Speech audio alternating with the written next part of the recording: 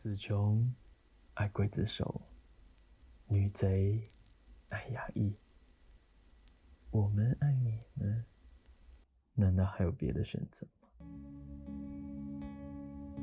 在这个公园里，华灯初上的世界，总有一种幻觉，仿佛有很多身材颀长的女人，身着白装，在草地上徘徊，等待着。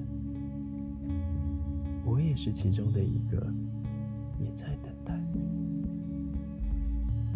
有关这些，你怎么不问问我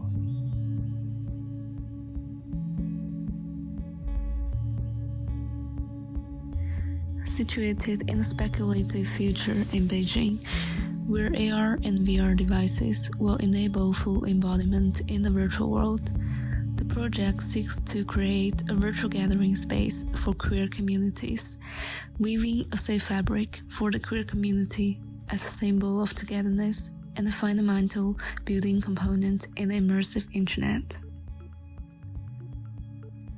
Focusing on material exploration, the aim of this project is to address discourse on how virtual fabric as a medium could draw relationships between space and identity performance of its inhabitants, weaving an alternative narrative for the minority group and address queer visibility on the collectively weaved safe fabric and immersive internet. The story of Beijing begins with a park. After the country's economic reform in 1978, an urgent reform in virtue and discipline were addressed by the chairman Deng Xiaoping against the strikingly raised crime rate. Social conducts that were not accepted by the general public were listed as a crime of hooliganism, including homosexuality and behaviors that were challenging social disciplines. In the 80s, city parks became hidden dating places for the gay couple. In the midst of early morning, and the moonlight, behind the foliages, and by the rockery, every park has a secret dating corner for the queer community to gather. Through word of mouth, weaved the safe space for the cruise group. Now the crime of hooliganism has been long gone and removed. However, the local queers are still gathering in the mist. They're still hiding from implicit discipline that is rooted in every family structure, from the stigmatized culture, from fear of getting exposed, from the curse of being normal, from the fear of any chances of being haunted.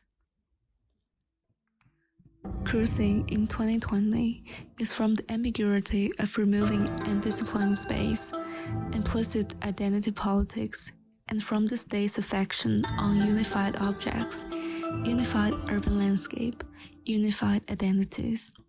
Their stories were seen only as a fetish. They're a ghost, a phantom. In the midst of light, in the techno music, in the darkness of the underground club, the rule is to be silent on the outside.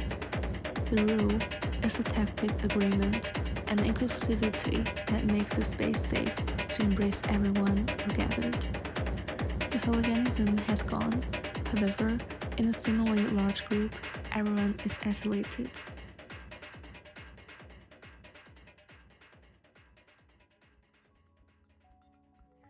As 5G and VR devices became accessible by everyone, gathering in the immersive internet became an alternative escape. The implicit cause of fear is everywhere in the immersive internet.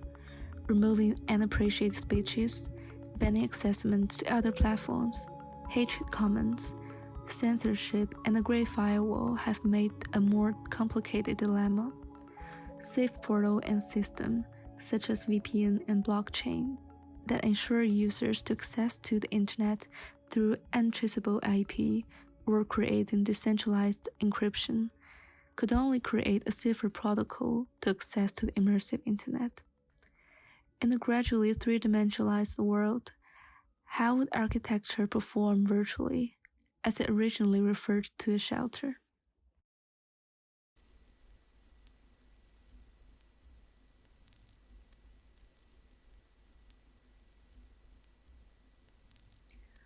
I'm always wondering, what really constructs the space of the virtual?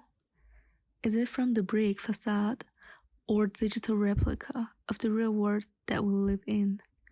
Is it from the floating light beams that reflects a boundary in this infinite world? Architecture is seen as a bodily enclosure that protects human being as a shelter, as the second layer that covers one's body, where the first layer is from clothing.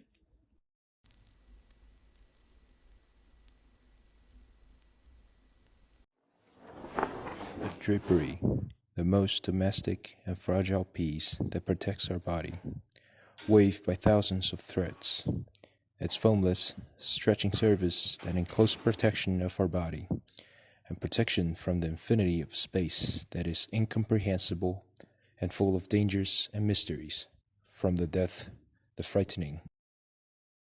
Weaving, an action of forming fabric by interlacing threads. It is the first shelter and the ultimate one. In this architectural fabric we live in, it constructs intimacy, yet a distance, a boundary that viewed our identity. The domestic material is a metaphor of collective effort, yet it is subversive. In the immersive internet, taking off the masquerade and putting on the virtual garment, the personified metaphor of person and fabric has been picked up by the synergetic relationship between the user and his virtual clothes. One's virtual garment is as unique as one's virtual ID that can be identified, referring to his identity narratives and what he chose to reflect. Meeting, weaving, merging. When two meet in the virtual world, creating their first enclosure, threads as extension of their virtual garments began to merge. As more people join by mutual agreement, the virtual fabric that enclosed the space weaves with referral to its inhabitants. The symbolic material gradually occupies the city through the eye of the virtual. A collectively weaved fabric, as a material reflection of the user in the immersive internet, embodies the community's togetherness. In a virtual world, where the materiality of meshes and pixels only form the visual boundary, the gesture of a weaved material not only expresses psychological comfort and protection from the fabric, but also a metaphor and a symbolic togetherness, subversively build an ultimate safe space by the presence of its inhabitants.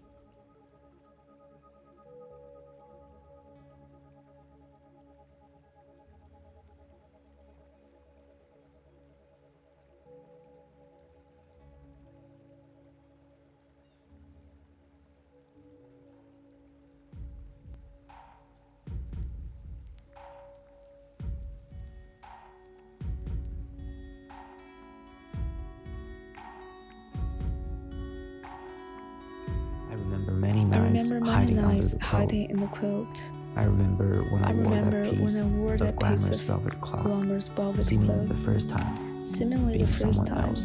being someone else, and queer, bold in myself. Yet myself. It's blue, purple, pink, but it's not a unified black. It's an extension of my body and soul. It's the embodiment of me and my beloved ones.